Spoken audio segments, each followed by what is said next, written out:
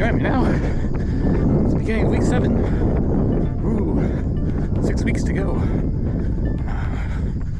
So it's kind of like the exact halfway point now. At the beginning of this week. It's Monday. Getting out on a simple recovery run. Saturday 5K. Boy, have I been sore. Hip hurts a lot. Calf muscles are super tight. Ribs hurt. So it was definitely a strong effort on Saturday. I'm still feeling today. These recovery runs, probably my least favorite kind of run because you're gonna feel awful. But the only question is this soreness from the big effort just soreness? Where a nice, easy, controlled run like this, it's a long way to loosen everything back up, feel better. Of course, the week, or did I completely overcook it? It doesn't go away. It gets worse.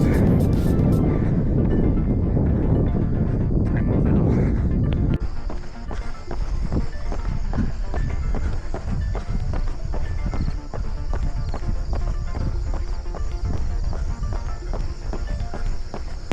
On an ad, running conditions are perfect. It's like 68 outside. A bit windy. Nice and sunny. Perfect weather. Oh, I wish it was like this every day. So nice. We're back. So, you join me week 7, run 2. It's Wednesday. Legs feel significantly better than Monday. Still a bit ouchy, but I feel like I'm actually running now instead of just hobbling, trying not to die. So much improved. This run, we're gonna play a fun game called Troubleshoot My Garmin. Ooh. I just got passed by some children. One's on a 4-wheeler, one's on a small motorcycle. What the hell? This is why we can't have nice things. Anyway, back to the Garmin. I had previously mentioned the run how after like 17 minutes it would cut out.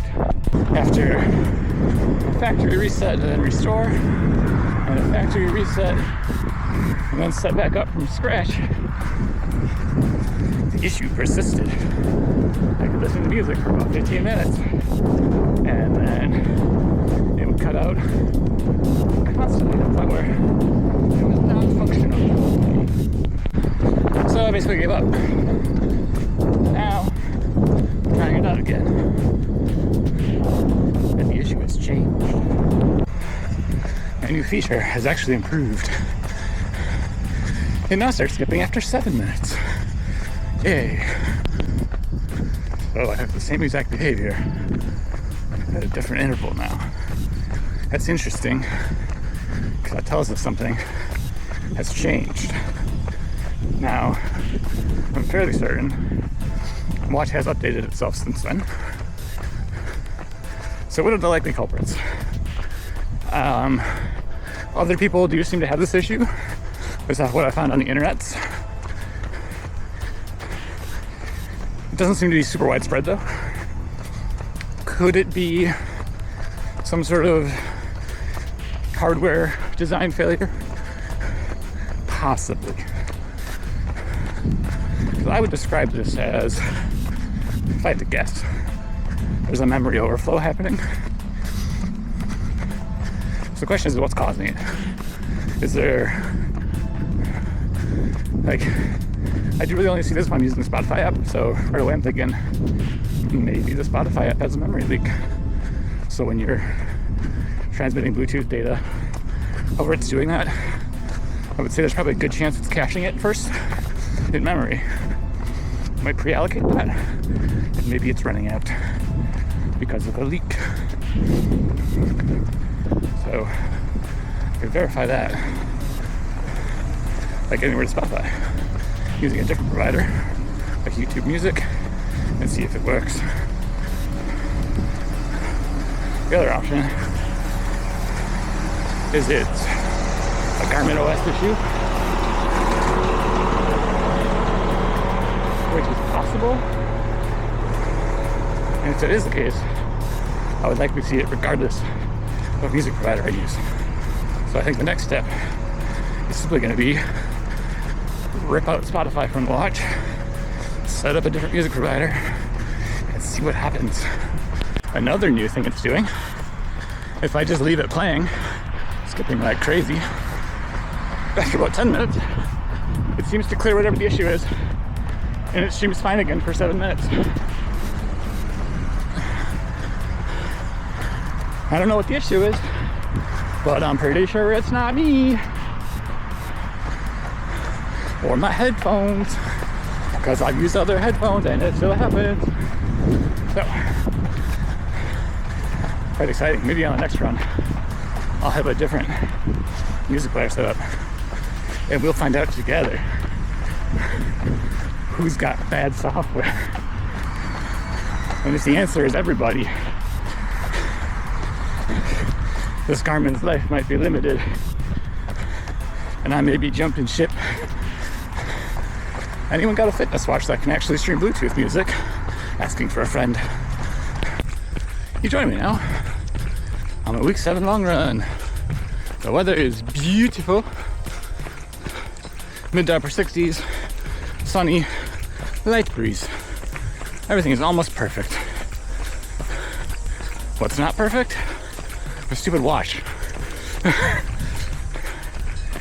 I've switched to YouTube Music. It is also skipping after about 7 minutes. So unfortunately, the issue appears to be the watch. And I really want music for my long runs. Devastating. So I've made a pretty big adjustment on the fly. I've gone into my watch. I've disconnected Bluetooth. I've taken my vest off. Popped the phone out.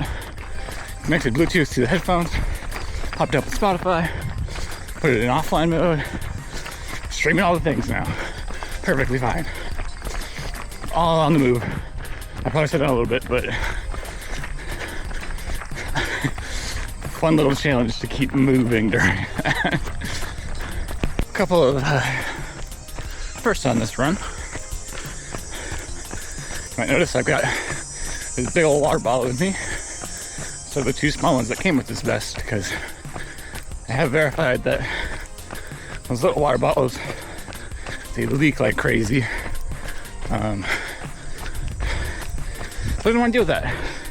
And while this fits well in the vest, it's a little too big for what the vest is designed for, so it kind of makes the whole vest bounce around. So I think what I need is a smaller bottle. So this is 21 ounces. If I could get like 2 12 ounces for each side, I think that'd be great. The other new thing for this run is my gel. I wonder what that bird is. Probably a turkey. It's a bit dark though, and big, and murdering something, I think. That's kind of intense. Fun. So the gel for this run is an SIS caffeine gel. It's like a double espresso one. It's got 150 milligrams of caffeine in it, 22 grams of carbs. It's kind of the type of thing I'm planning to take from my last gel in the half marathon. Just hopefully act as some rocket fuel at the end to get me through the last few Ks. So I'm hoping I can stomach this fine and get a nice little boost. Just about time to start taking it, so bottoms up. All right, that gel is officially down the hatch. Went down pretty easy. The espresso flavor is just kind of like instant coffee. Doesn't taste particularly sweet. I think if I run the rest of the race just using fruity gels, it might be nice to have something at the end that's more on the bitter side. But Yeah, not bad at all. See how it settles. Okay, it's just about 30 minutes, maybe a minute left. Waiting at intersections, so cruising pretty good. Kind of teetering between zones 3 and 4. Close to race pace, so I think the second half of this run, I'll just back it down. Just keep the intensity lower.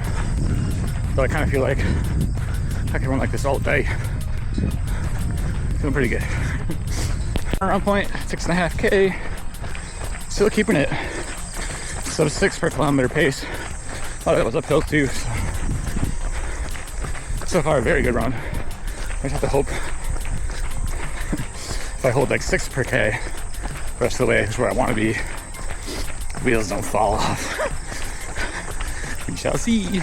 I don't know how long the rest of this is going to be. I did not realize on the way out I had a tailwind the whole time. So now I gotta run into the wind all the way back. It's not too strong though. Oh boy. 8K in.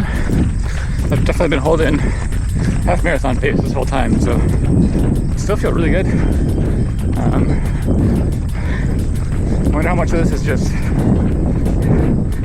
feeling more appropriate given the weather and no longer being, 95 degrees outside. And how much of this is a large dose of caffeine settling in and my body just eating it up. By the way, it's working, so hey. A little over 9K in now. I still feel pretty good. I'm noticing my feet and ankles are getting kind of tired. I feel like they're probably starting to overpronate more than they should. We got 5 weeks in one day. It's a race day. I kind of feel like if I try to strengthen my feet now for the next few weeks, it might actually make a difference. So I might add that into the rotation. Currently on pace to hit 10K in almost exactly an hour, maybe a shade under, despite having to stop at intersections and stuff. So I might squeeze the pace a little bit here just to sneak under. Do I need to do that? Absolutely not. But those are little mental goals that you do during a run. Keep yourself distracted, motivated. I know I certainly do. But I regret it. Do 10K in 58:43. That's pretty good. I have to calculate that out, but I think that's sub 2 hour half marathon pace, so that is the pace goal if I go for one. I still think that the most important goal in the A goal is just going to be the finish. So don't want to get too carried away with pace, but this is kind of the first run since I started up 12 weeks out where I've actually felt like, maybe I should think about pace. So I'm about 35-ish minutes out from when I took the first gel.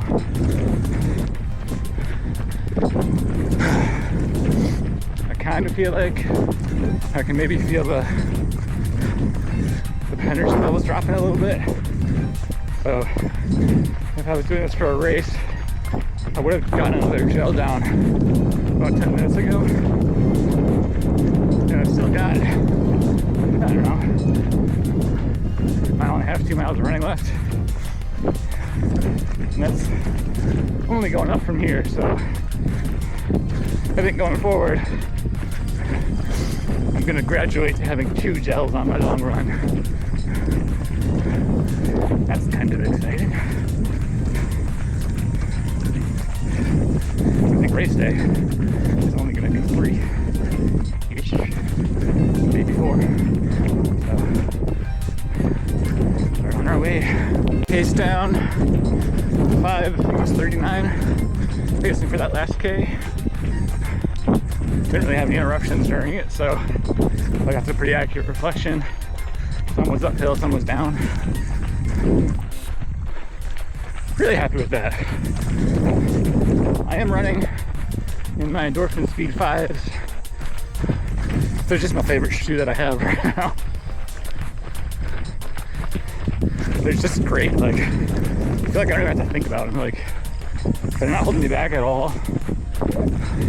They got plenty of cushioning, so my feet don't really hurt on the road. And there's enough support there that my feet and ankles are completely dead. Really fun. 12K down, 5:36 for the last K. Holding that pace steady. I would say with the ankle and feet tiredness, it's not really slowing me down, but what I'm feeling is if there's any kind of unevenness or camber, especially that will cause my left foot to overpronate a little, I'll really feel it. It's just a sign that my foot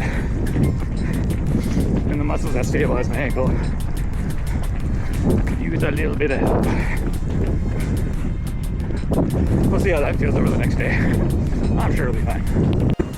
Just about done with the run, so overall it's a great success. And on to next week.